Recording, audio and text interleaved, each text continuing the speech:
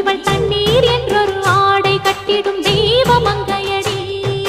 தையம் தீயம் தக்கு தீயம் தக்கு தையம் தீயம் தக்கு தீயம் தக்கு தையம் தீயம் தக்கு தீயம் தக்கு